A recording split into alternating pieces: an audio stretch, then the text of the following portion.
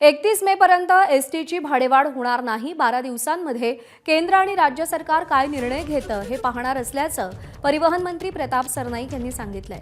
सरकारच्या निर्णयानंतर भाडेवाढीचं ठरवणार असल्याचंही सरनाईक म्हणाले। 12 दिवसांनंतरही डिझेलची दरवाढ झाली तर भाडेवाढ अटळ असेल असं सरनाईक म्हणाले। भाडेवाढीचा निर्णय पुढच्या महिन्यात घेणार असल्याचं परिवहन मंत्र्यांनी सांगितलंय।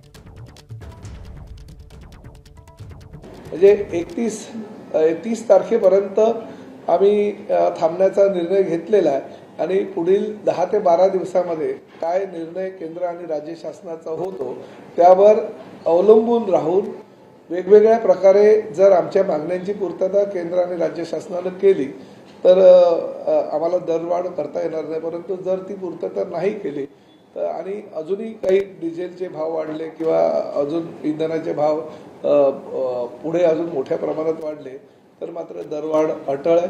परंतु जर इंधनाची जी दरवाढ जी झाली आहे ती जर रद्द झाली अजून त्यामध्ये जर मागे घेतली जी 3 रुपये 10 पैसे झालेली आहे ती तर मात्र आम्हाला दरवाढ एसटीची करण्याची आवश्यकता भासणार नाही। एबीपी माझा, उघडा डोळे बघा नीट।